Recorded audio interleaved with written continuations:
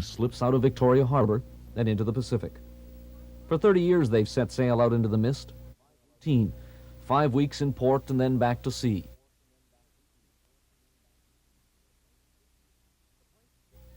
The place, 50 degrees. Dual Canadians. It's all. You can help the handicapped of all ages in BC by getting your Kinwin tickets now. And a Merry Christmas to you all. Webster is next on BCTV.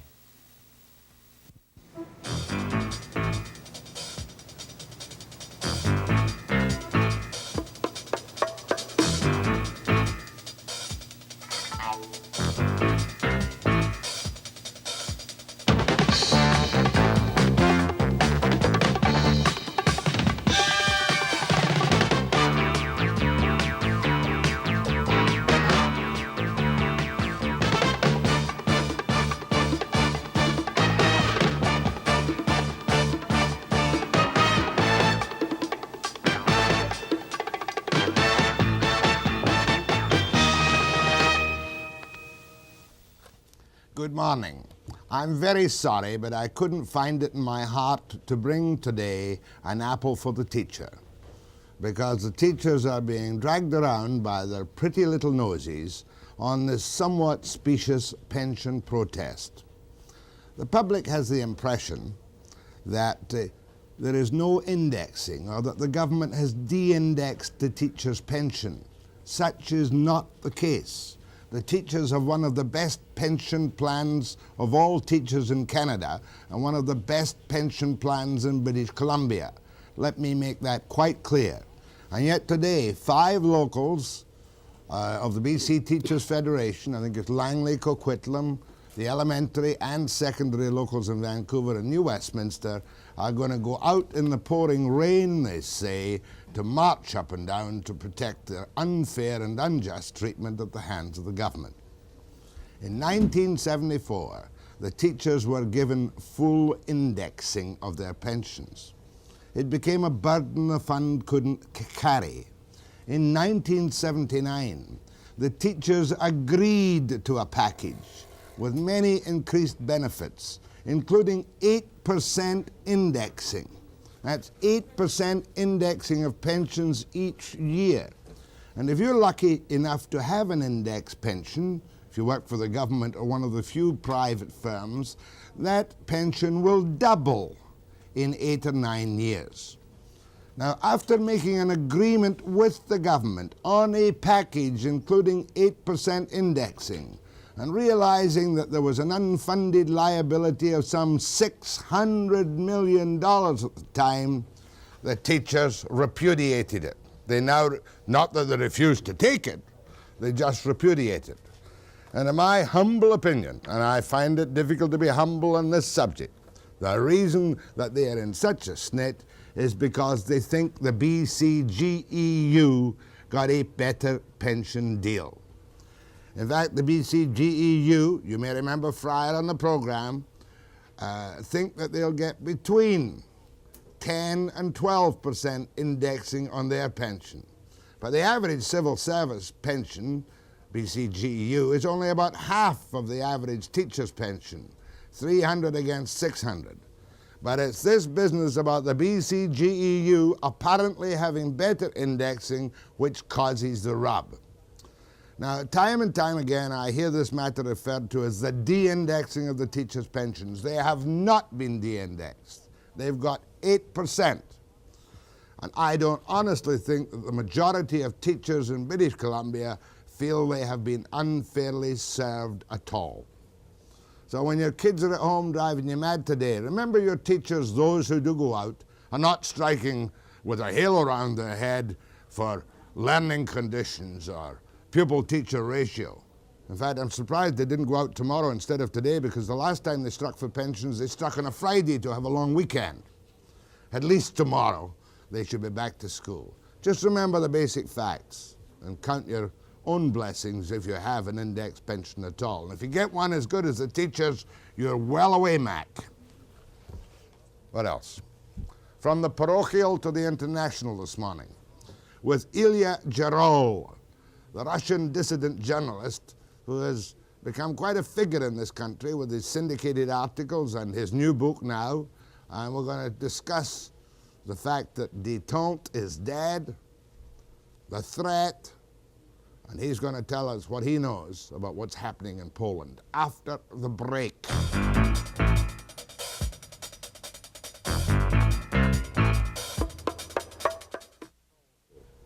Ilya Gerol has written a new book called The Threat, and I picked one chapter out of it entitled, it gives me the willies to think about it, Détente is Dead.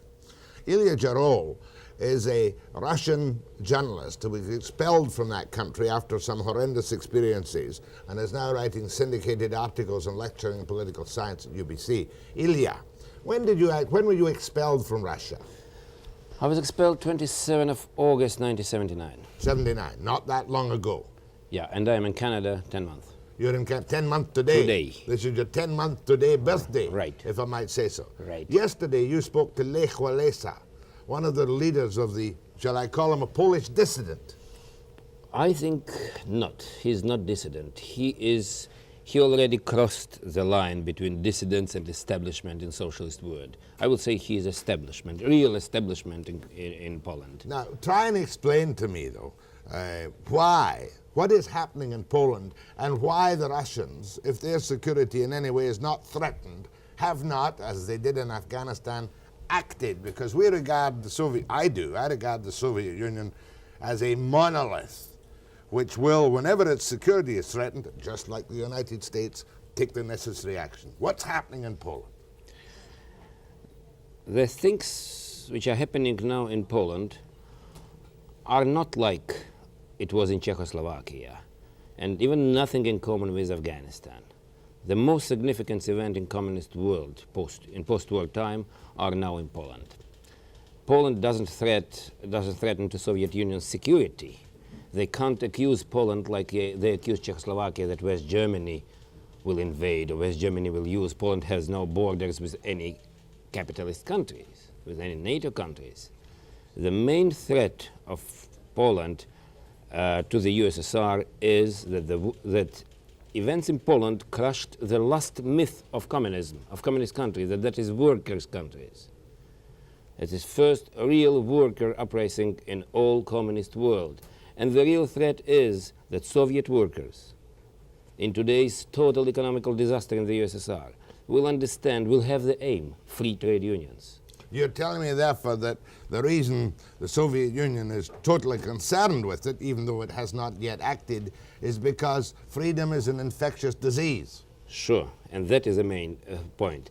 I have information from Russia that they jam broadcasting every day 3 months, beginning from events in Poland. They didn't jam even when it was invasion of Afghanistan, and it was strong reaction of President Carter that probably Soviet Union was lying to him.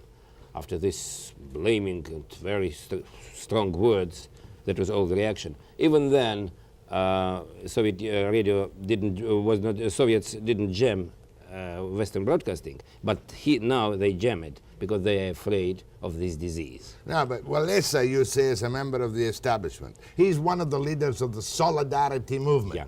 Does that mean he is still a European communist? An East Bloc communist? This is what I don't understand. He just answered me just this question. When I asked him, what about Western press expressed that Solidarity has the same ideological platform as Eurocommunism, his answer was, let us not waste time, this is nonsense.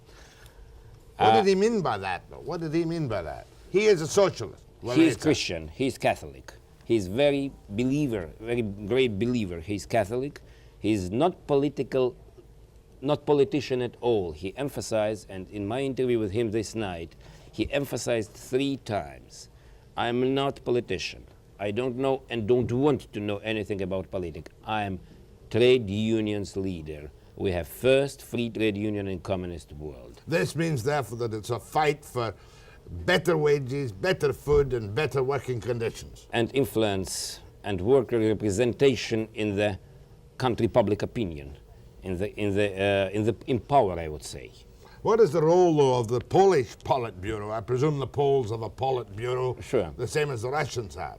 What is the role of the Polish Politburo? Because we are so used to seeing communist bloc countries act at once in any major dissent. I would say not once. They wait long time. In Czechoslovakia, they waited half a year because it is big risk, the invasion, particularly in Poland, with Polish traditions of resistance. Therefore, I remember that after Czechoslovakia events, a representative of party central committee said to us, to political journalists, we will not repeat more the mistake of Czechoslovakia. We invaded and then we began to look who invited us. Now they prepare the people who will invite them. And Polish Politburo got new members just 1 week ago. And that was first stage of invasion, internal coup. New members of Politburo, including Mochar, Mieczyslaw Mochar, who ordered to shoot and to kill workers in 1970 in Gdansk, and who was the initiator of Jews' expulsion from Poland in 1970. Now you're telling me that this is really, in some ways, though, a replica of what happened in Afghanistan coming up. Because in Afghanistan, the Russian line, the Soviet line has always been that they were invited in by what we call the puppet government. Sure. Are you telling me, therefore, that the Politburo, with its new members... They will invite. They will invite. They will invite. And Mochar already told it. His first speech 1 week ago was that our great ally, Soviet Union, will help us if the situation will ask it. Now, how much worse must the situation get before Mochar invites them? I think that situation is already on the level where Mochar should invite them. Maybe now, when we are speaking with you, he already sent his invitation. But what does that mean? Hold on, and tell me what this means, because when you say invite them in, I think of tanks and guns and Czechoslovakia and all the rest of it. And who knows what that means to world peace after the break.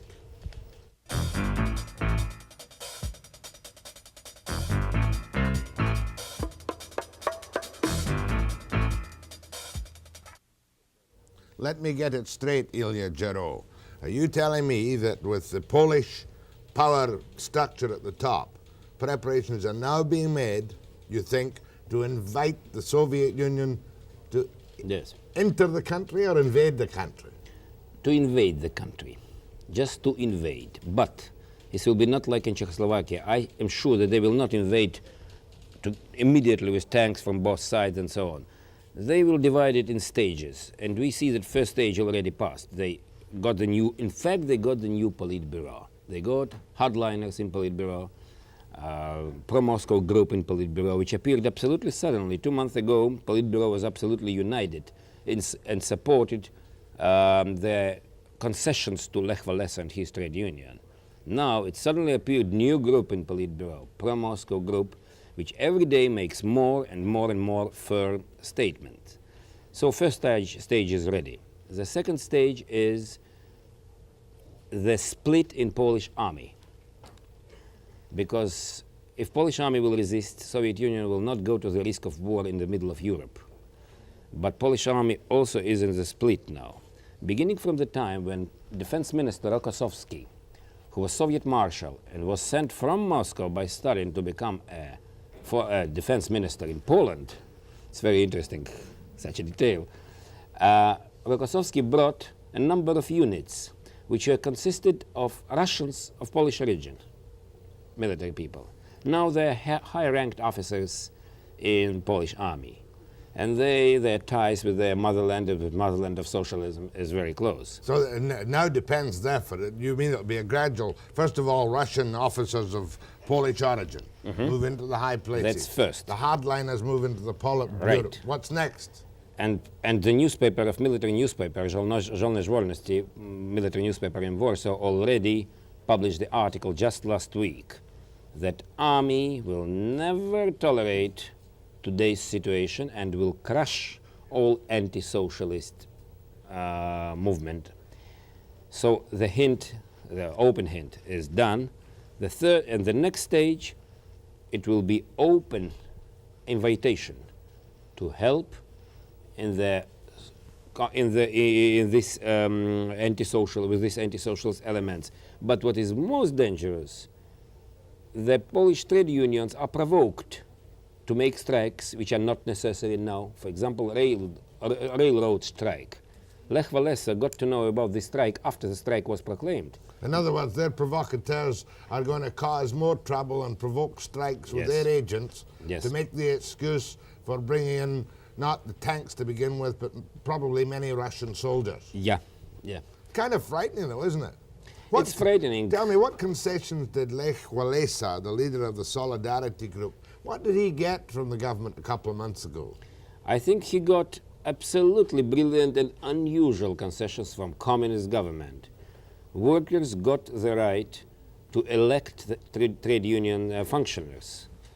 Trade union has rights to sign collective collective agreement with government, with administration, and the rights to strike. First time in all history of communism, for the strike, people are not shot like they are shot in the USSR, like they were shot in the USSR in attempt to strike, and in Romania and in East Germany, or got in prison, but they have rights to strike, and this is written in agreement. That is a main concession. But what will happen to those agreements now? And furthermore, what will happen to Lech Walesa, the Solidarity leader? I asked him, is he afraid of Russian invasion or of his future fate? He answered that I'm afraid only of God. But I think at 14th of January he plans to visit Pope of Roma. If he will go, I think he will not return back. They will not permit him to return back. They'll just leave him out. Yeah. So they're not going to use the iron foot, really, in Poland. They'll be more delicate with Poland because of the fear of a war within the bloc. Yeah. And I think that his fate, and particularly the fate of his friends who are not protected by his name, by his fame, may be very, very dreadful. How strong is the Catholic influence, the religious influence? And you wouldn't say the religious influence was strong in Russia, would you? No, the religious influence, the influence of church in Russia is zero, but the influence of religion in Russia is very big. The influence of church and religion in Poland, though. But influence of religion and particularly church in Poland is the highest in the world, including free world, communist world, third world, and so on. Poland is pure Catholic country, where Cardinal Wyszynski, the head of church and clergy, is, I think today, more influential than Communist Party. But is Walesa's move a step towards legit, true freedom, and can it ever succeed? I think that in Warsaw Pact, this movement can't succeed. This movement would succeed very easy if the country would not have common border with the USSR. It can succeed in communist country if the country can cope with internal situation by its own. But it can't succeed, and it will not succeed, unfortunately, only because Poland is a member of Warsaw Pact. Yeah, it's stuck there, it's with Yeah, it. I just wrote in my book one chapter about the Warsaw Pact as a house who united against its landlord.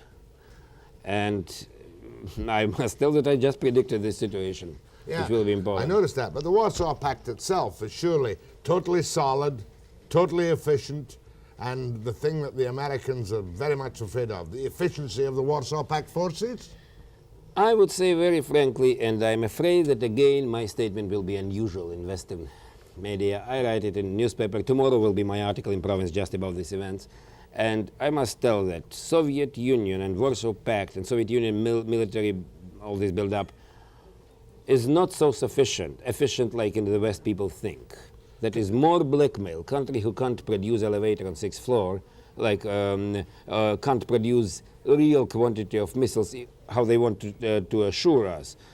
Here in Canada, in one correspondent once I wrote the, I think, very good article of David Levy, who just emphasized this. They can't produce elevator, and we believe that they can produce the best military equipment in the world. We only believe it, and we are glad that we believe. It's kind of like Canada's contribution to NATO, a little bit weak and a little bit backwards. Would you say the same of Poland and Hungary and Romania? Yeah, I would say that majority of communist countries, except East Germany, try to sabotage Warsaw Pact in the same way like Canada tried to sabotage NATO. NATO. So therefore, East Germany is the firm right hand of the military forces. Oh yeah, East Germany is a country which is more communist, more totalitarian, more fanatical than Soviet Union. Well, but this, no matter what the Soviet Union does now, is this only a temporary setback to, quote, freedom, unquote, in Poland? Or a permanent setback? I think permanent setback. You see no escape from the threat of world war? It is one escape. What and is it? again, I'm afraid to be unpopular. When I was a very young journalist, when I was 24, first time in my life I participated in meeting with Nikita Khrushchev. It was last month of his being in power. And he met with journalists, and he was a bit drunk, like usually, in his last year in power. And he said, "That's a beautiful thing, comrades, that they in the West don't understand that we accept only one language, with a fist. When they see the fist, you can avoid the war." I don't know if I can record to it, but you have a story in here, a very funny little story, about peace and how peace will finally be brought about. Do you remember your own quote? Oh, yeah. Can you tell the story? Tell me that quote, joke, unquote. That it will be such a struggle for peace that nothing will remain in the world. That not a stone will Not be a left stone will be left in standing the in the Western world. Yeah. Webster, we're going to talk about Ilya's book, The Threat, after the break.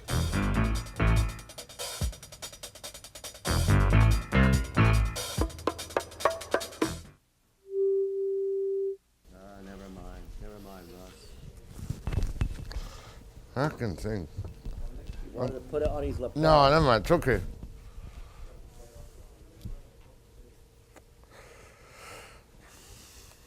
Never mind. In Pravda was beautiful. If you cannot say Pravda was beautiful article recently. The good news from Vancouver. What was it? Hard court and 3 communists and... You gotta be joking. 15, I brought a newspaper. I can tell it was. 10. Do I see a change in you, Ilya Gerol, a man who suffered in the Soviet Union, who was expelled in 1979 for your dissidence and your underground work? Are you becoming a kind of reactionary Western fat cat who is, you know, has a cause, and that cause is to denigrate and destroy the Soviet Union and all its policies? I waited this question. I waited. Because it's going to be asked of you many times. Oh yeah, it's very good. Here you sitting here predicting that there will be an invitation to the Soviet Union. The last thing any one of us wants to see, we want to hide our heads in the sand and say, no, it can't happen.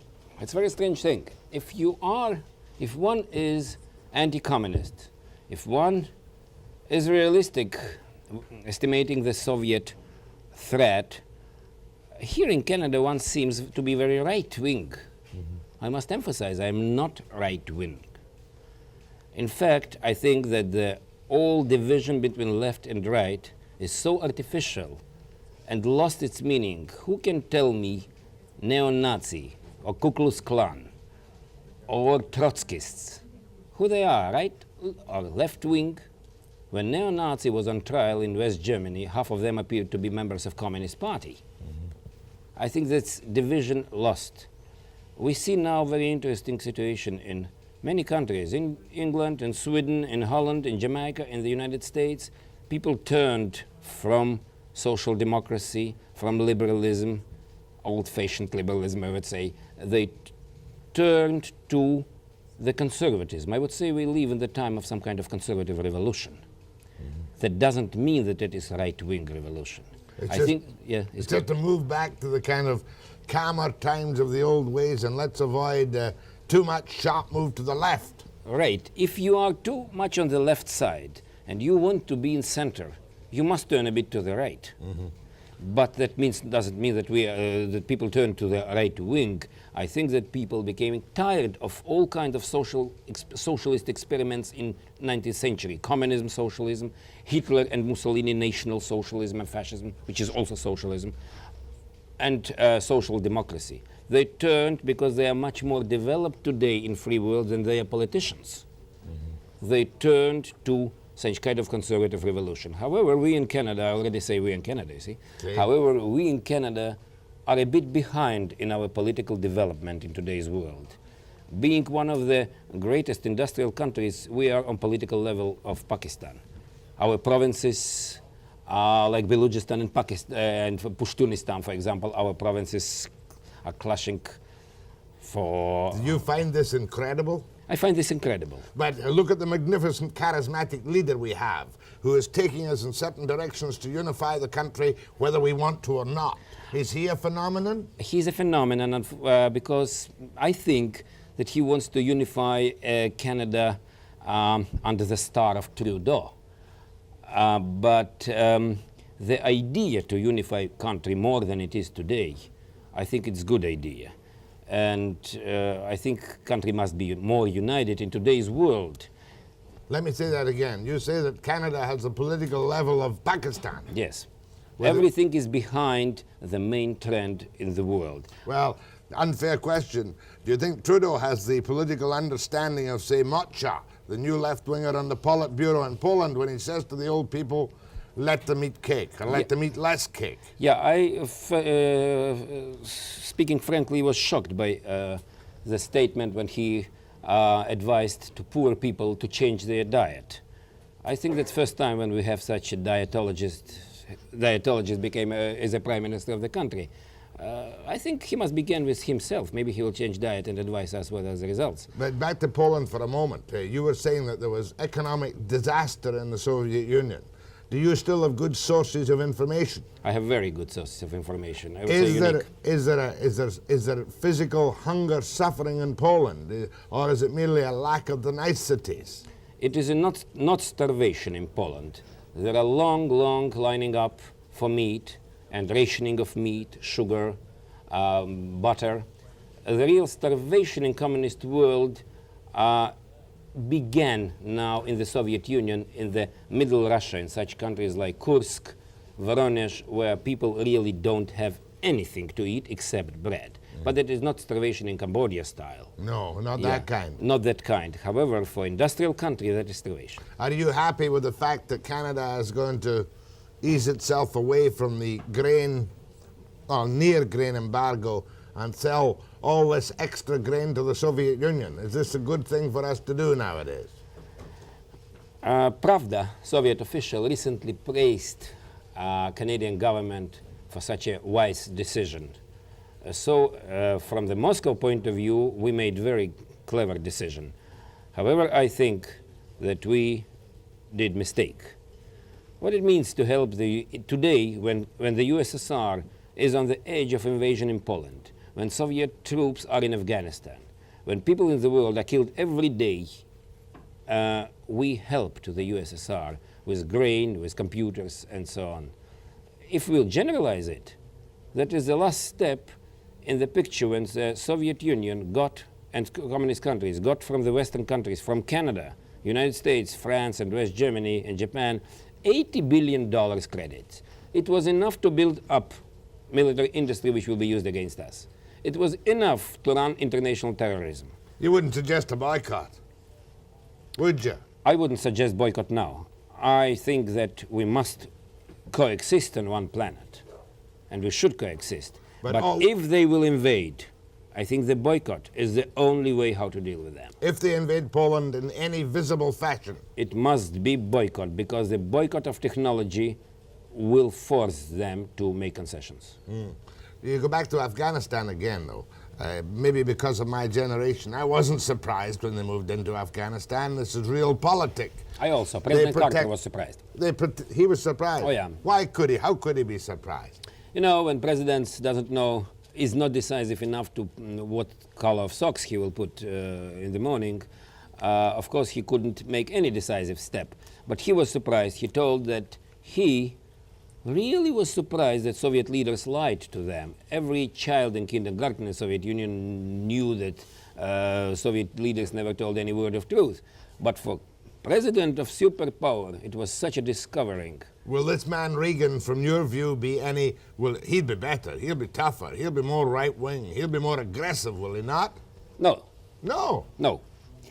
He will be more firm, But Soviet Union has very good experience how to deal with right-winger. How? You know that Soviet Union preferred Churchill to Attlee. Soviet Union preferred Eisenhower to Stevenson, who was extreme left-wing. Soviet Union preferred Nixon Oh, they're to dealing, McHoward. they're dealing with people of a like mind. Do Right. it now. They know that, you know, they are predictable, and Reagan is also predictable. Believe me, Reagan will be very, very moderate in his dealing with the USSR. However, they will know with Reagan where is the limit, and that is very important. I think it's not personality of Reagan. I think he's not outstanding personality, but people changed, not routine change. Hey, People changed a lot. What if he dies shortly and Bush becomes president? Former head of the CIA. You know, in America, when every lawyer has chances to become a chief of CIA for half a year, it is not decisive. Listen, little piece of gossip. You showed me a clipping from Pravda, which I can't read. Tell me what it said about Vancouver. Recently, in the province was editorial about what Pravda writes about Canada. In 1 month, 5 articles about Canada. That's enormous. After that, and it was written in details, and then I opened Pravda just 6 days ago, and I read, and my son brought to me the Pravda and said, "Look, good news from Vancouver." That article, which was called Good News from Vancouver, I remember it by heart, by the way. Good news came from a big trade and industrial center of Western Canada, Vancouver. The inhabitants of this city, tired of unemployment and bad life, elected the representatives of most progressive forces in Western Canada in city council. Now, the representatives of progressive forces are in majority in school board and in city hall. So good news from Vancouver. Congratulations, I must Jack. congratulate Harcourt and being Oh, yeah. the first mayor of Vancouver ever to make it into Pravda. Yeah. Your calls now, too, to Ilya Gerol after the break.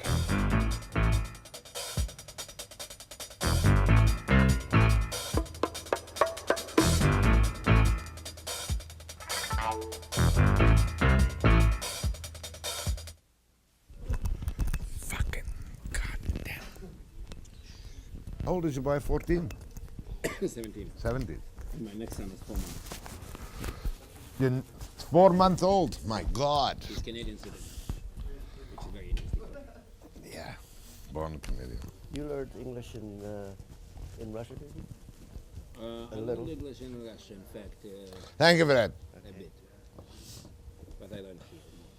When I came here, I was very shy of my English. And Jack, remember, my English was not so good as now. Your English Now is it's also good. very poor. Use the word said instead of told. You know, he said, not he told. It's, you know what it is? It slides on this tab.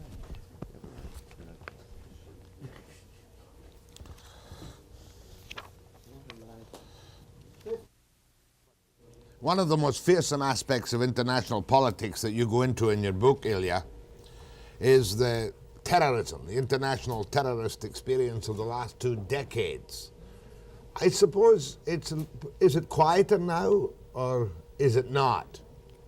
It is on stable level in last 10 years. The level when terrorism is practically organized and directed. Terrorists 10 years ago had some aims. For example, to change government in Bolivia or something like that. Now their aim is to kill everybody, to destroy everything, because the real aim of their conductors is disorder. Well, now, which you wouldn't put the Palestine Liberation Organization. Well, of course, that's their aim, is to disorder and to regain what they believe to be their native land. But it's not internationally controlled, the PLO, is it?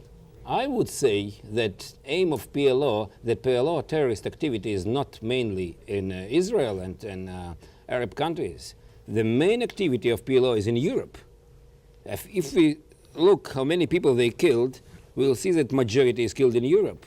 and that is directed not only against Jews, for example. But was it not the Syrians who did the killing in Europe, in London, in Europe? It's the PLO that does it. PLO or instructed or supplied or gave the aim and so on, because PLO became a trust. But there is no terrorism in the Soviet Union, is there? There or are in no. Soviet countries? There are no terrorism in Soviet Union and can't be. In Soviet Union are beautiful training centers for European terrorists, but not. But this terrorism is I not thought the instead. training centers were, say, in Libya under Gaddafi. No, there are no. There are real centers of European terrorism are in Soviet Union near Odessa and Stavropol, in Czechoslovakia, in North Korea, in Vietnam, and in Syria. Libya usually gives money and weapon.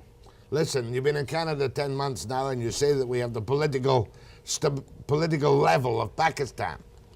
But otherwise, you not find this an easy country, democratic, a little bit apathetic on things, but the difference in your lifestyle and in your outlook to things must be vastly changed. I think Canada is the most beautiful country in the world. And for this 10, I never was so satisfied and so in such a good shape like I am in this 10 months in Canada. I didn't change my outlook, absolutely. I'm a bit shocked with apathetic of majority of population to everything which is in the world except mortgage and parking. But Everything except? mortgage and parking. But I think it will pass. Again, the question of political development. But look, there is no reason for political development among youngsters, like when you were politically active, or I was politically alert as a youngster, because there was vast social injustice. There is no vast social injustice. It's very coming close in many ways to a classless society. Right. When I speak about political apathetic people, I speak not about their attitude to what is in Canada, in Vancouver, for example, because usually people speak about Vancouver. People in Vancouver speak about Vancouver, in Winnipeg about Winnipeg. But I speak about international situation. People think that everything is too far. For example, I made research work, just for me, for myself, about the news. Half an hour news, I will not say what station it was, not to insult anybody, but I found it was the day when Iran-Iraqi war began. A war which will have impact of 10 years of our future life. It was 10 minutes about new police chief in Vancouver, about his intellectual abilities, his wife, his children, and very good family, I know. I got to know from this broadcasting. Then it was 29 seconds about everything what is in the world. Believe me, 29 seconds, including Arab war between Iraq and Iran. Listen, to that I plead guilty too. I mean, how often do I do stuff in international affairs? See, you're not news program. It's okay, Yes, but but it is news. And then it was 10-minute baseball, and 5 minutes football, and 5 minutes weather, however the weather was like today, and that's all. What people can know about the world, if they, in 29 seconds, they know everything about the Iran, Iraq, Africa, Soviet Union, Poland, everything what you want. Very telling commentary, I'll tell you, indeed, Ilya. You said that the Iraq-Iran war will affect us 10 years down the road. Of course it will. It will. But could it explode? Could it explode? I mean, the Soviet Union doesn't want a confrontation in the Gulf with the United States, does it? No, Soviet Union doesn't want confrontation in the Gulf. Soviet Union has enough troubles in Afghanistan and Poland. But Soviet Union wants to be, in these 10 years, as close as possible to Persian Gulf, and it is. Afghanistan, will it move further? Oh yeah, 10 hours with tanks from Herat on Iranian-Afghanistan border, and you are on Persian Gulf, where 85% of European and Japan's But that's oil. confrontation. No, Yes. no. Surely they Do you manage. really believe in that our Western countries will go to confrontation because of some kind of Persian Gulf? Do you really believe it? If you cut off the oil and they can't get enough money to keep the wheels of industry going, I think yes. our liberals will try to find some kind of agreement again and again and again. And we'll eventually lose the battle. And we will lose the battle. It's your pessimism, your optimism that makes me so happy this morning. Go ahead, please, to Ilya Gerol. Hello? Yes, sir, it's you. Yes, I would like to ask Ilya a very important question, and that is this. Of all the so-called dissidents who are coming out of the Soviet Union, Czechoslovakia, and so forth, what percentage of them, I hope this is only a small percentage, but what percentage of them are KGB operatives? I can't give you exact numbers. Maybe RCMP can. But I think the percent of spies among immigrants and dissidents is extremely low. The real spies in England are Englishmen, in America, Americans, and in Canada, Canadians. You think so? We know Kim Philby, we know a lot of such We people. know Sir Anthony Blunt. We know Sir Anthony Blunt, and so on. I have one reason to say this. I do know a fellow from Czechoslovakia, from the Red Army, who is now in a very delicate position in our defense in the Navy. Well, maybe he's Don't be afraid of him. I'm sure we must be more afraid of people who are maybe who were born in Canada and their parents were born in Canada, and they can be also Soviet spies. Thank you. Go ahead, please. Hello, Mr. Gerol. Hi. Mr. Webster was talking recently to Frederick Forsyth, the author, about his book, The Devil's Alternative. I don't know if you've read it or not, but there seem to be some very plausible facts in it. It's a very interesting book. If you have read it, I'd like your comments on the plausibility of it, especially with regard to the Soviet grain harvest. Well, that's a very good question. And Soviet grain harvest is lower and lower every year because of three reasons. First reason, absolutely non-effective work of collective farmers, which are typical slave owner collectives, where people work practically unpaid 8 hours, and then at night they work on themselves. The second, Soviet agriculture can't use money because the great military build-up doesn't give possibility to the USSR to invest a lot of money in agriculture, in changing the structure of agriculture. And therefore, agriculture is not effective. And the third, the system of food supply is subordinate to the division in population and between elite and entire population. 3-4 million of elite has to have everything. For example, I, being the member of this elite, I bought food in secret store in the building on which was written library. So to supply this elite, to supply Vietnam and Cuba, for example, and with such a poor agriculture, makes impossible to reach the harvest on the level which is enough for to feed the population. Therefore, Soviet Union now is totally dependent on the grain from the Western countries. Argentina, Australia, Canada, the US. I think the grain embargo failed because of the lack of unity in Western countries, and they will have their grain. Thank you, sir. More with Ilya Gerol on the telephone after the break.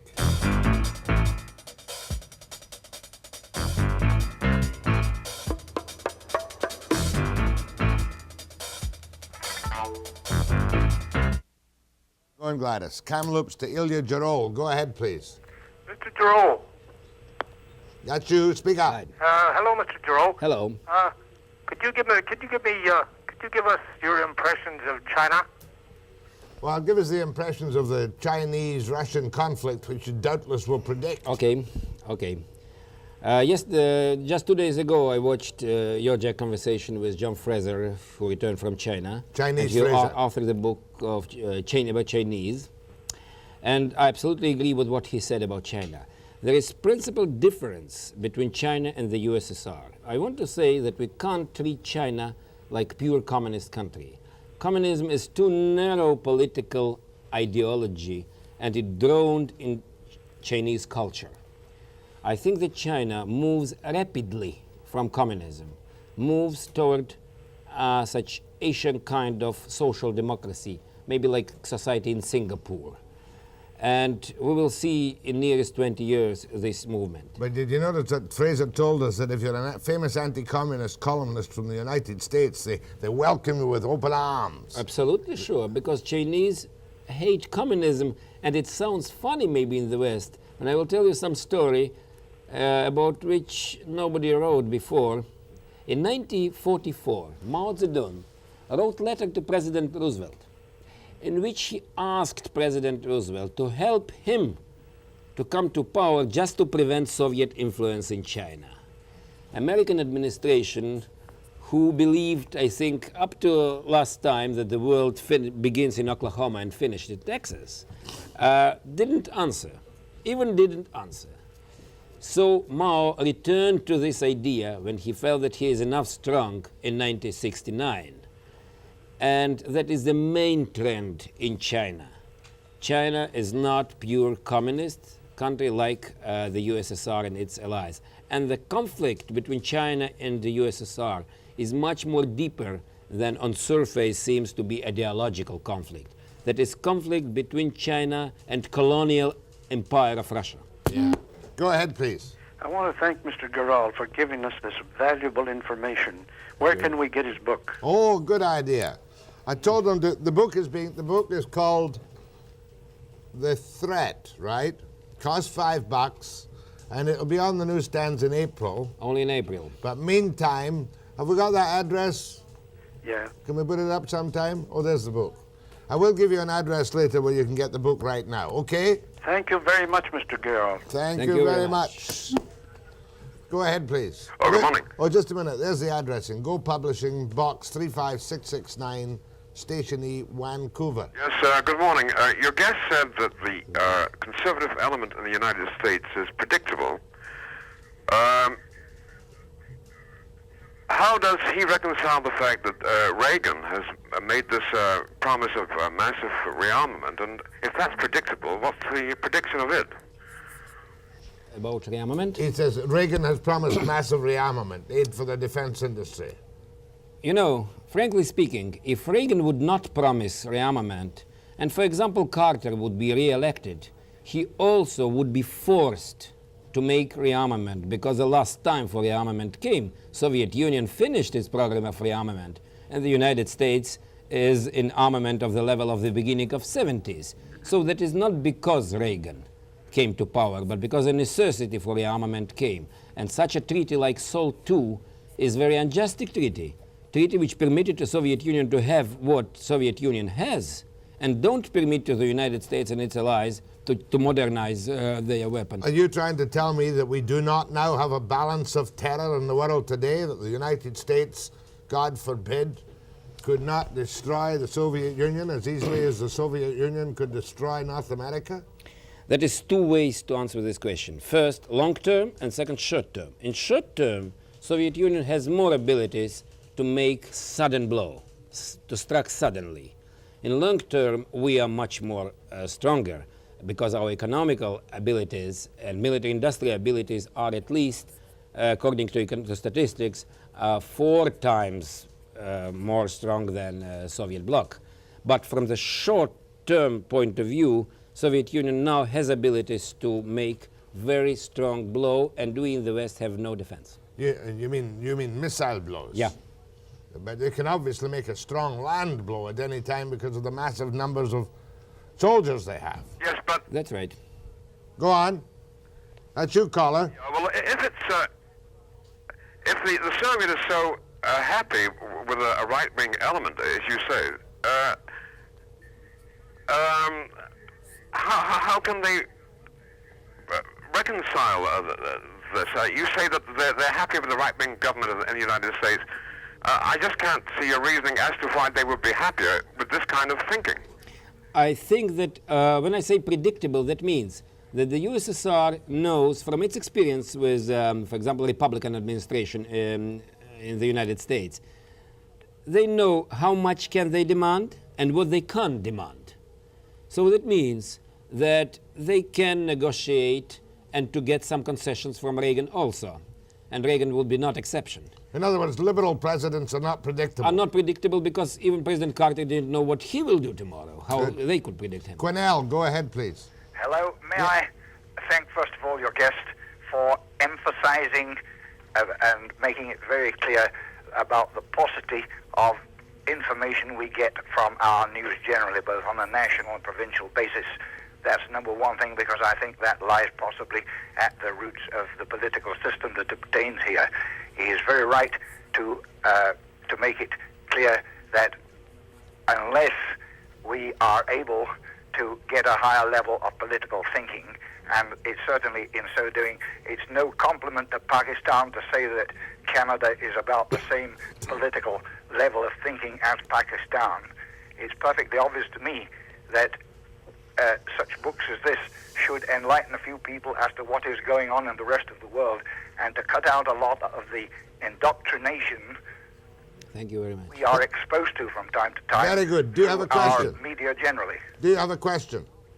Well, the question I would like to ask him is, how far does he think that the present Western defenses would go to repel a Russian attack, should that occur at any one of the focal points that we in Europe or the Middle East? Yes, that's right. In the Middle East and Persian Gulf, the reaction should be, from my point of view, the military presence in these areas. Then Soviet Union, which is ruled by realists, not pragmatists, but realists, they will never go to conflict seeing American and Western military presence. In Poland, for example, we have any chances to influence Soviet Union. Poland has no borders, common borders with Western countries. American forces and Western forces of quick reaction forces, that is special forces, are not organized at all. They built it 1 year but without any success. So in fact we have any chances to influence Soviet Union in Eastern Europe. Okay, first time in many years people have phoned up to thank a guest for his enlightenment on a program. You must take a bow and one more section of phone calls after the break.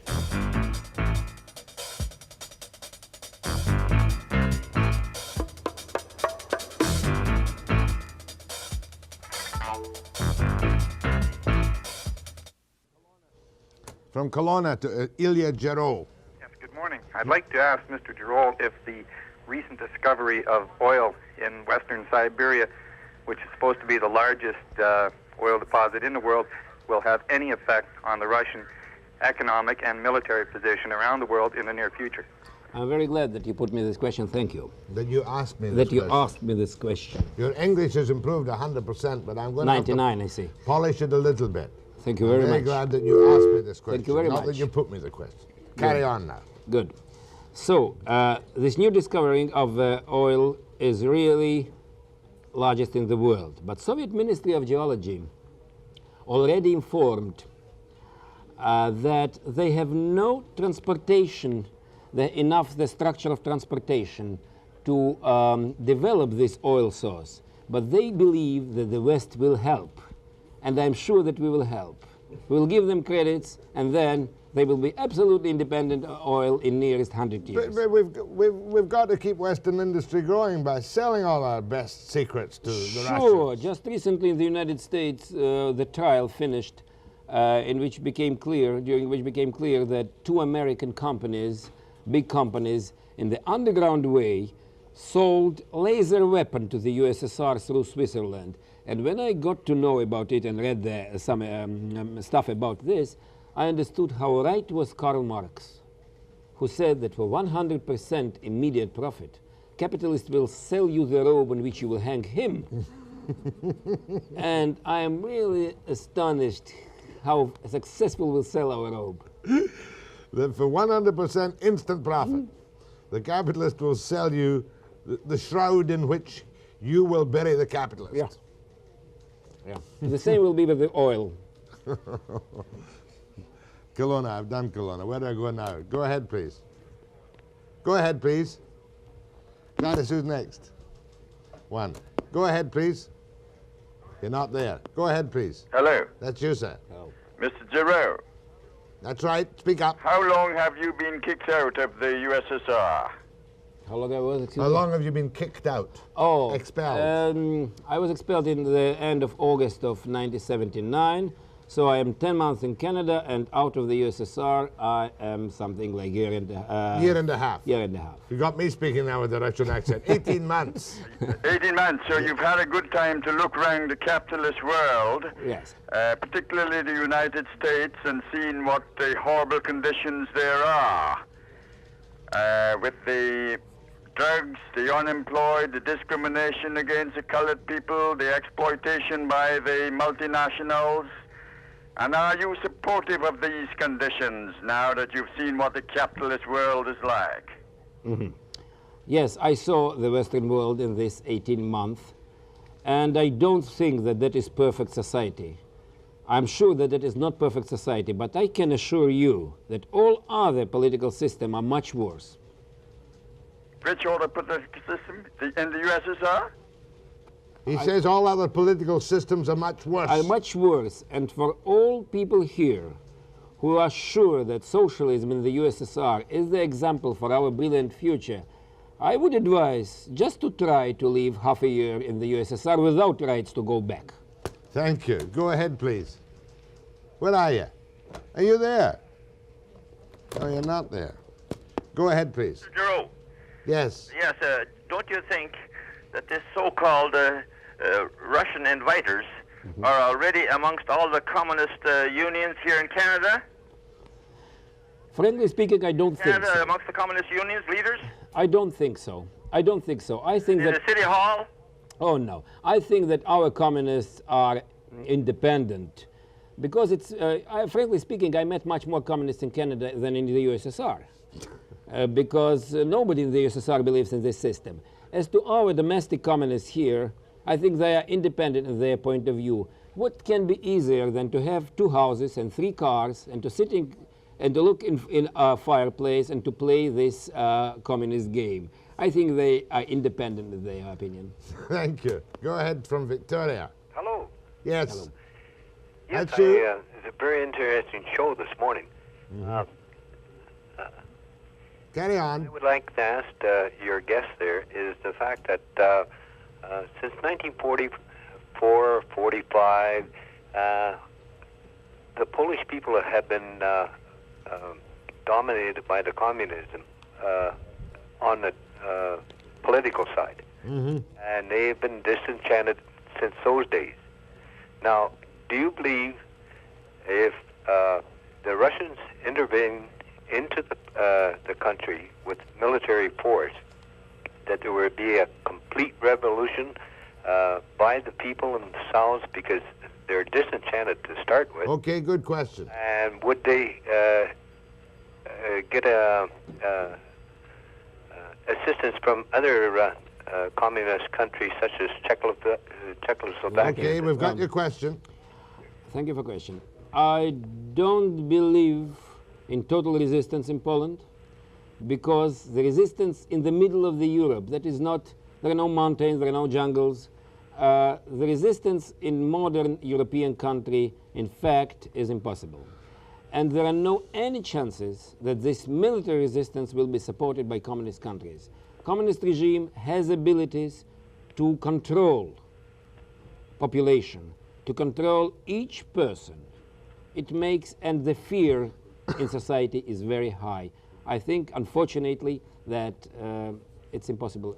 You're telling me, therefore, that men like Lech Walesa of the Solidarity movement in Poland really know that they're signing their own death warrant if they go that smidgen too far?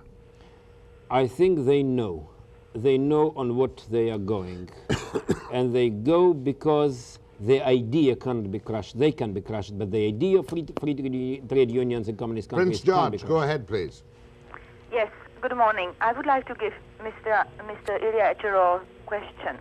He stated that what happening in Poland is rare than what happened in Hungary and Czechoslovakia because the workers are united and the influence comes from workers.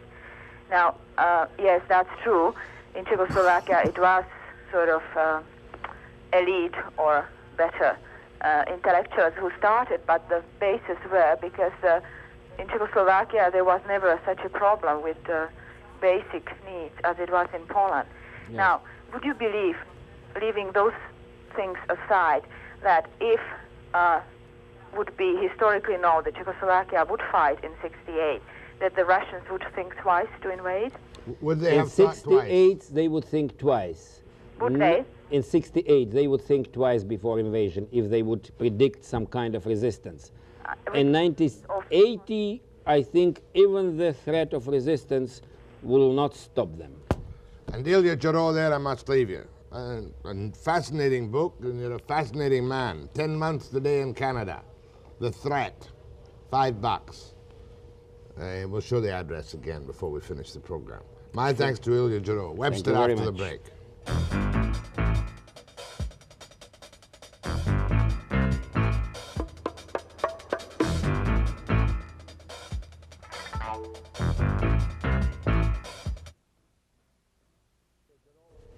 The appearance of Ilya Gerol on my program, that's his second time only, always pricks my conscience a little bit. And of course what he says about, generally speaking in particular, about the amount of attention we pay to international news, and I'm talking about all of the media, is totally and absolutely clinically correct. If it's very, very big indeed, then we'll make an effort. We pick up the network feeds occasionally. For instance, if the hostages were released today and there was a live network broadcast, we'll pick up that network feed and run with it. But it's not always possible, you know, because television, while it's quick and fast, can be inflexible.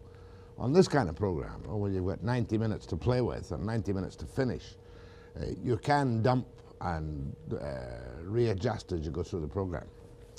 I got a couple of complaints yesterday, though, that I haven't been doing my letters, because people write to me and they expect that the letter is good to see. And the first letter isn't nearly as apt as it was a week ago when I got the letter, and I want you to see it. And it says, your program, here we go, dear Webster's in the wrong place. Your program is being rapidly downgraded as a result of the steady infiltration of cabinet ministers, all with the same partisan message, worn to the point of futility.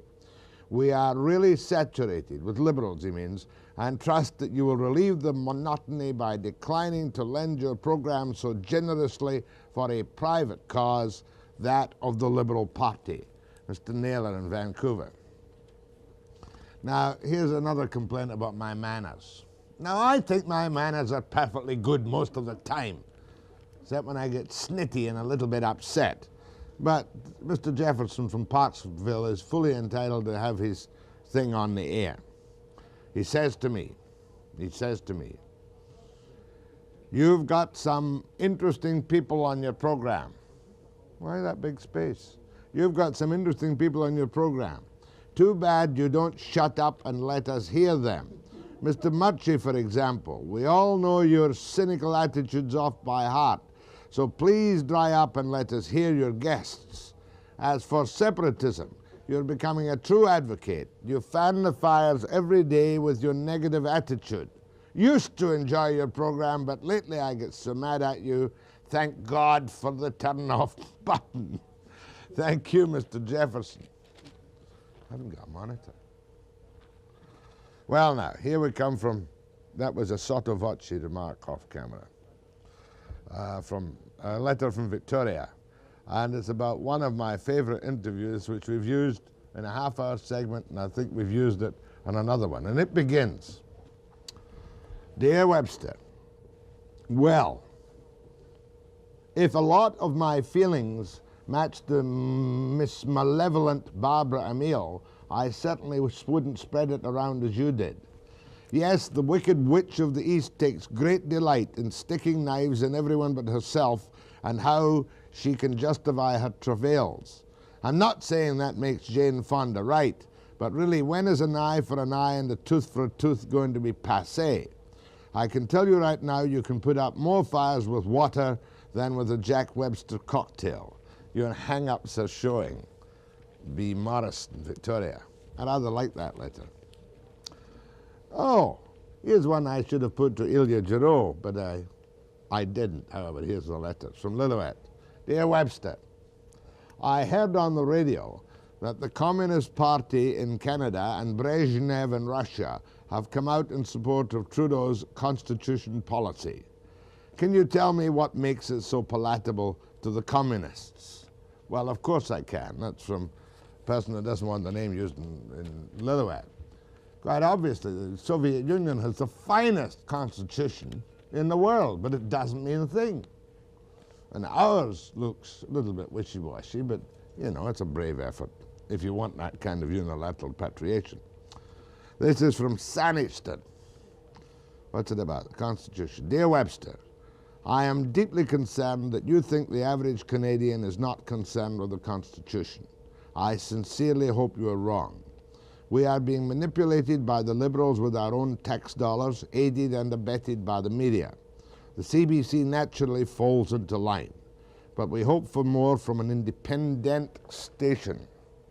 Next time you have a Liberal minister on your program parroting the party propaganda, would you tell us if it is his or your decision not to take calls from the listener? At this time in our history, we cannot afford to sit on the fence. Yes, that's a good letter. And it is my decision whether or not I take calls to and from listeners and guests. Sometimes I judge the guest as perhaps not as brilliantly witty or as perceptive and as alert on the telephone as he might be with me. Or perhaps I'm under pressure from other aspects of the program, or perhaps I just decide not to take calls. Because after all, I run the program. It's my program. See? But back to household hints. Remember when Nicole Patton was on? Dear Webster, instead of your old diesel oil on the slate in front of the fireplace, use any furniture polish to clean the slate fireplace. Leaves it clean and dark without any unpleasant smell. And my thanks to Mr. Push of Salmon Arm, who's obviously an expert in cleaning slate fireplaces. These letters have been hanging around so long that they're out of date a bit, but I like to do them. What day is it? Thursday. What time is it? Time for a break. Free for all after the break.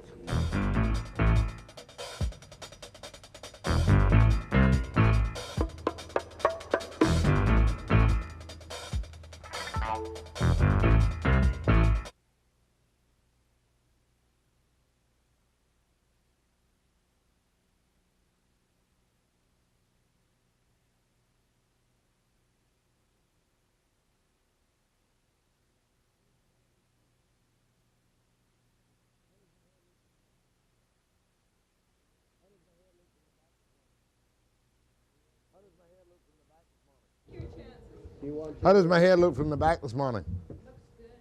Hey?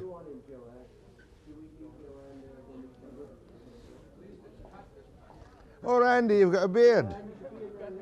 It's beginning to improve a little bit. All you need is a moustache now.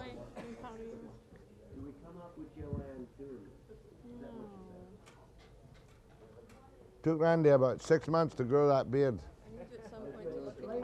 You want me to look in it now? How are you talking about, lady? You mean now? With all the technical inventions of television, there are a couple of things that drive me crazy. One is I keep stepping on my microphone cord and ripping my ties. And they invented tie clips that tear your ties. When you pay $1.95 for your ties, you don't want to rip them. I had my hair done yesterday. See the back of it? See? This side? This side? Suzette and Tiffany's in Gastown cut my hair yesterday, and she made a beautiful job of it. Applied a conditioner.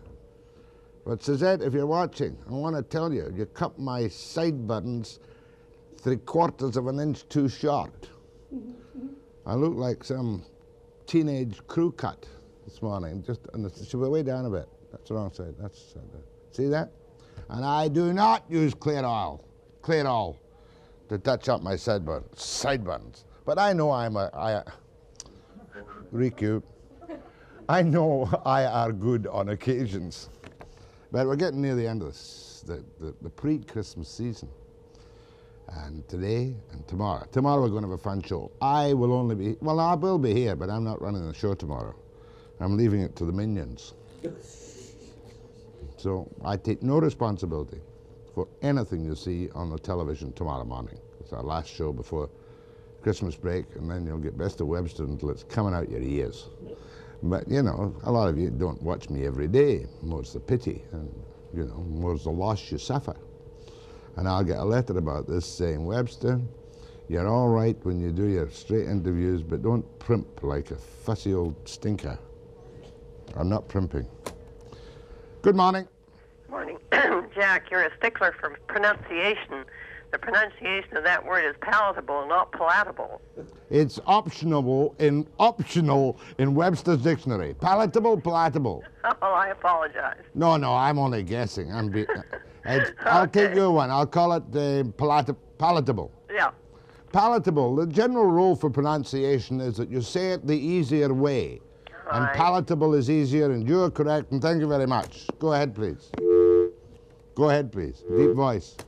Go ahead, please. Not going to be one of those mornings, is it? Are you there? Hello? That's you, sir. Yes, Mr. Webster. Yes, sir. I think your guest actually is very rude. A very rude man. He wasn't the least bit rude. He was charming and straightforward. And I think he's a traitor to his country. Fine, sir. I'll tell him that when I see him. Ilya, you're a traitor to your country.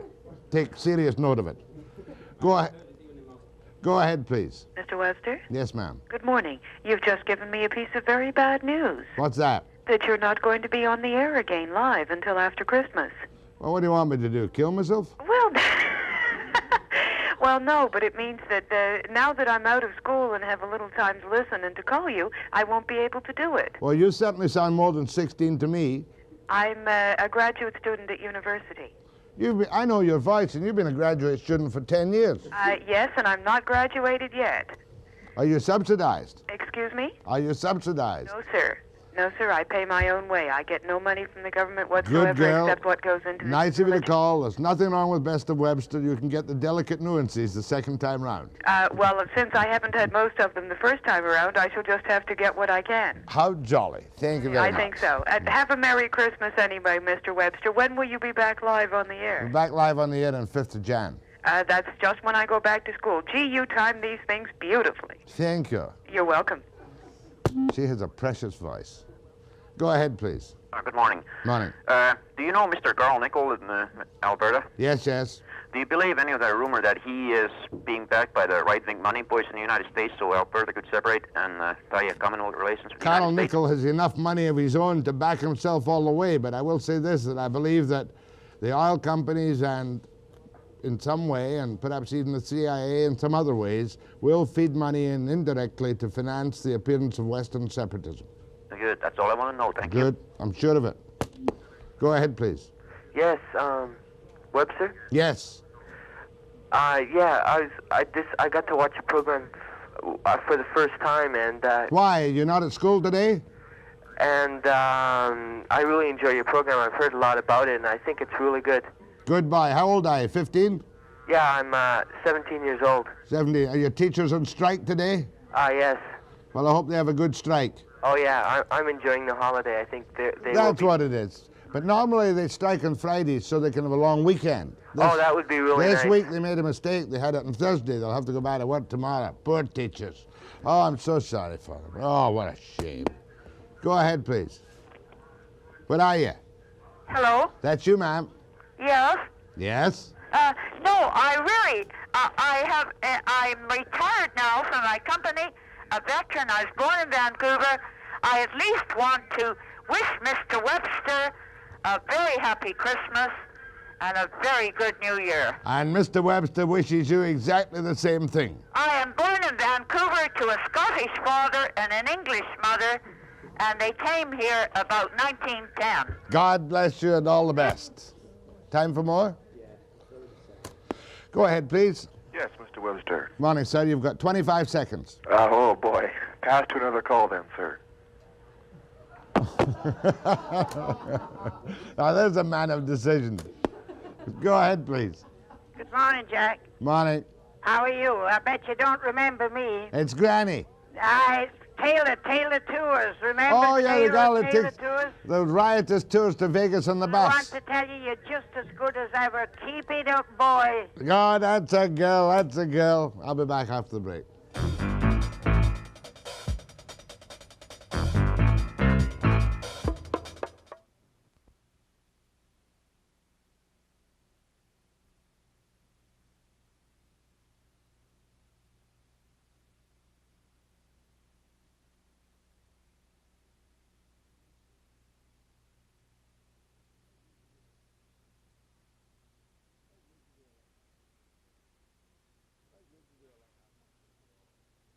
Very good to do a light-hearted free-for-all now and again, isn't it? I like that. Pass to another call.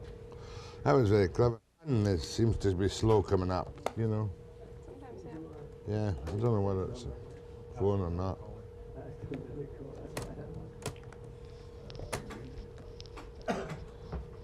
Oh, yeah.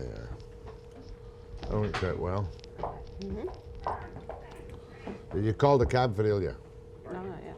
I want to make this check and stuff. I don't want to have a cab here with them. Would you call a cab for Ilya? McClure's. Well. Yeah, that will give you 20 minutes before it's here. Yeah, I guess so. 30 seconds. Oh, that's your copy, Ilya. I've got my own copy with the inscription in it.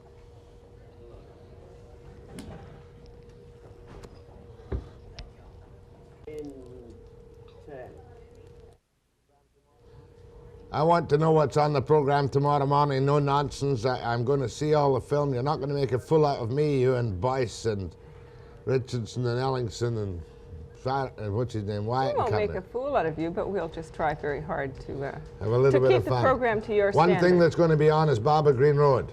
Barbara Green Road. I found the tape. You lost it. I found it. It'll be on tomorrow, 9 a.m. precisely.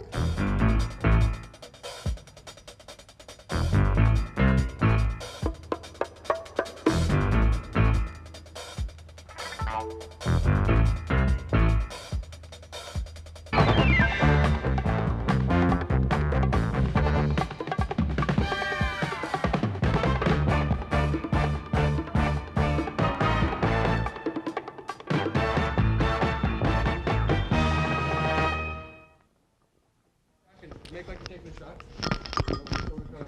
Yeah. Where? Right here? Right there.